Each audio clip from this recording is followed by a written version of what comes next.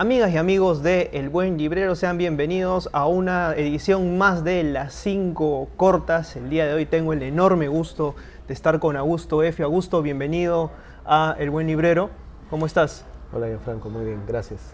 Bueno, vamos a hablar de su último libro de cuentos que se llama Algunos Cuerpos Celestes. Es un libro que particularmente a mí me ha gustado bastante, ambientado en los años 90, con cierta sombra acerca de lo que ocurrió en esos años. Y mi primera pregunta, Augusto, iba en esa línea. ¿Es la ficción una forma de sobrellevar mejor los recuerdos que todos los peruanos tenemos acerca de esos años de corrupción, manchados por el fujimorismo y por esta época oscura que se ciñó sobre el país?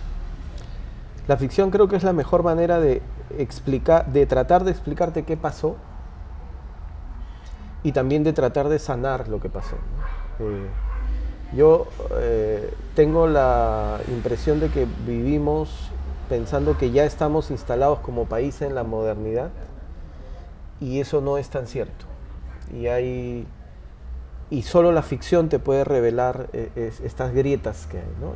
Y si uno busca los orígenes de estas grietas, sin duda el pasado reciente, fines de los 80, 90, inicios de los 2000, todavía tenemos muchas deudas por pagar. ¿Qué te pasó a ti cuando terminaste de escribir estos cuentos? ¿Tu recuerdo acerca de lo que ocurría en ese tiempo se modificó, se trastocó a través de los personajes que construiste? Sí, es curioso porque cuando uno escribe, cuando uno hace ficción, uno no está obligado a hablar de la realidad. La realidad de manera natural se presentó en mi ficción. Y en determinado momento me di cuenta que estaba hablando del pasado. Hay una frase de Ray Lóriga que me gusta mucho, que es: el pasado es un perro idiota. Le lanzas un madero y te trae cualquier cosa. Bueno, afortunada para la época en la que se vivía también, ¿no? En ese tiempo. Sí, entonces yo me di cuenta, cuando ya tenía varios de estos cuentos muy avanzados, que de manera natural tenían algo en común, y es que hacían referencia a algún hecho importante de nuestro pasado reciente. Y cuando advertí esa unidad, evidentemente traté de sacarle el máximo provecho, pero lo que quiero rescatar es que fue natural, y creo que es comprensible, considerando que yo he pasado ya los 40 años, y cuando uno pasa cierta edad tiene un afán revisionista, ¿no? Curiosamente, hace poco se ha publicado una novela de mi buen amigo Ulises Gutiérrez, Cementerio de Barcos. Cementerio de Barcos, que también repasa más o menos los años en los que están instalados mis cuentos, ¿no? Que además están ambientados en esta atmósfera brutal de represión en la que siempre, o sea, lo que domina son dos cosas. Primero, el hecho de que la corrupción está normalizada. O sea, creo que en ambos libros podemos sacar esa línea, ¿no? Y lo segundo es que en cualquier momento tienes la impresión de que va a ocurrir algo y que ese algo no necesariamente es bueno. Hace poco leía uno de los memes más chistosos que leí últimamente, es: en Macondo leen novelas de Perú, sí, para referirse a ciencia ficción o a universos real maravillosos, ¿no? ¿Era real maravilloso lo que pasaba en los 90s? Era más que real maravilloso, ¿no? Quienes hemos crecido en los 80 y los 90 vivíamos instalados en una época de desánimo, de anomia generalizada, de sobrevivencia, en los que efectivamente uno no sabía qué podía pasar al día siguiente, y uno no tenía proyectos a largo plazo, vivías el día a día, las familias se organizaban para vivir el día a día, y en un ambiente de esa naturaleza, bueno, lo sórdido, lo gris se alimenta, ¿no? Y creo que eso es lo que respiran estos cuentos. Hay uno de los cuentos en los cuales se toca el tema de los diarios estos que inventan noticias y que, ante la ausencia de hechos, o sea, que sean relevantes y para no quedar mal con el gobierno y demás, tienen que inventar noticias, y este redactor termina creando un pequeño universo en torno a un personaje. ¿O pudieron haber sido los diarios chichas un entrenamiento efectivo para la ficción de los redactores en esos años? Los diarios chicha tan populares en los 90 tuvieron un antecedente un poco más formal, un poco más encorbatado y reconocible. A fines de los 80 surgieron muchos diarios, se dice que algunos financiados por el gobierno de turno, que crearon una serie de psicosociales, entre ellos el psicosocial de los sacaojos, que no es otra cosa que una reelaboración del mito, la leyenda milenaria de los pistacos, entre otras perlas, ¿no? Entonces,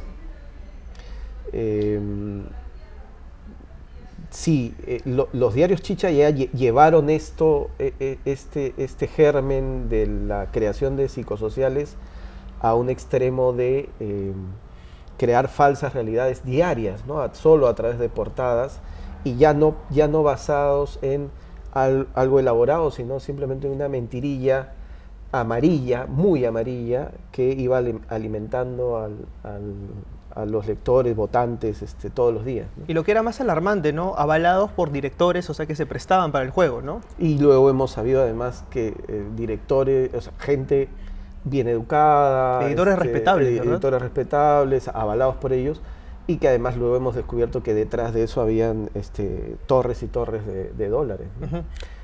Pero bueno, el cuento al que hace referencia tuvo como origen psicosocial que a mí de niño me tocó vivir y que me quedó grabada en la memoria, que es la de los sacaojos que supuestamente rondaban por Lima, que se decía que usaban batas blancas y que exportaban córneas, ¿no?, de los niños de la época. Y el cuento simplemente se surgió de pensar, bueno, ¿cómo es que puede surgir una mentira de este tamaño, ¿no? Y eso intenta responder o explicar el cuento. Bueno, todos estos personajes están envueltos en un aire de marginalidad también, que queda, me parece, bastante marcado en el último cuento, ¿no?, que es Familia de Cuervos. ¿Tienes predilección por este tipo de personajes marginales? Y además hay una especie de alegre contradicción que me encanta, o sea, que es que estos personajes están narrados en un lenguaje bastante poético, bastante bien construido, en lo que tú mismo has denominado arquitectura del lenguaje. Coméntame un poco sobre eso. El lenguaje es muy importante, no solo en lo que hago, sino en lo que consumo.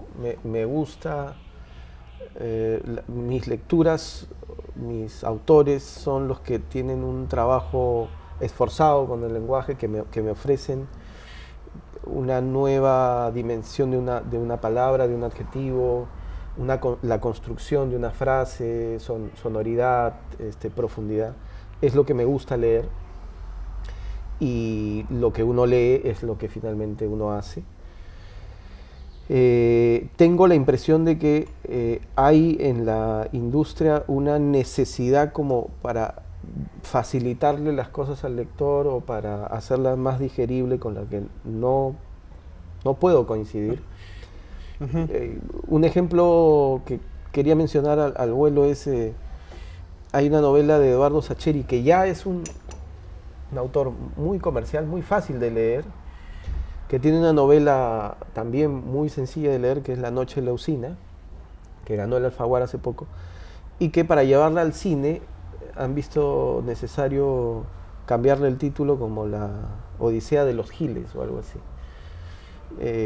Es ese afán por hacer todo más sencillo, más digerible. Y bueno, no, yo tengo un estilo sí denso, poético, que quiero administrar, y creo que en este libro está, por lo menos he hecho el intento de administrarlo, ¿no?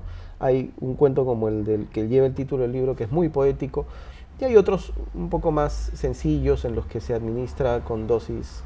Y bueno, el cuento que mencionas es uno de los cuentos a los que le tengo más cariño. Es un cuento corto, Familia de Cuervos. El lenguaje en ese cuento es muy importante, tanto que determina el destino de los personajes, ¿no? Completamente de acuerdo con eso, Augusto. Para terminar, ¿qué sensación te deja finalmente este grupo de cuentos? Bueno, estoy muy contento con el resultado final.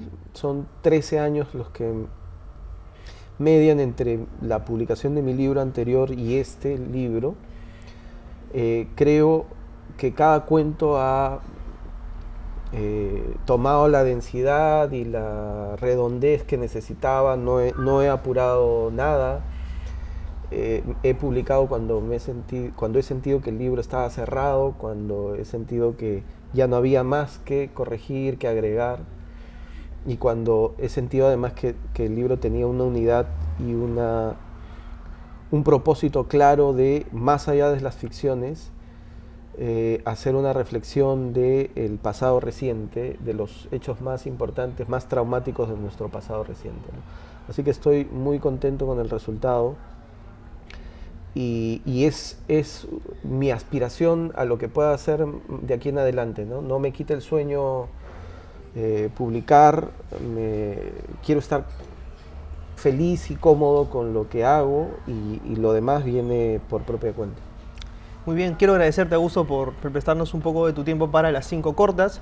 Quiero invitar a todas las personas que están viendo el programa y que nos siguen a través de nuestras diferentes redes sociales a que lean este muy buen libro de Augusto Effio, Algunos cuerpos celestes, publicado por Paysa en el presente año. Quiero agradecerle a Advid Studio por estar coordinando constantemente este programa que se llama Las 5 Cortas, y agradecerle también, por supuesto, a Book Vivant para prestarnos una vez más el espacio donde estamos catando, no vinos, café, pero un muy buen café, dicho sea de paso, en un ambiente más que agradable. Si ustedes pudiesen traspasar la pantalla, notarían el aroma a chocolate que se siente acá y que hace mucho más llevadera las conversaciones.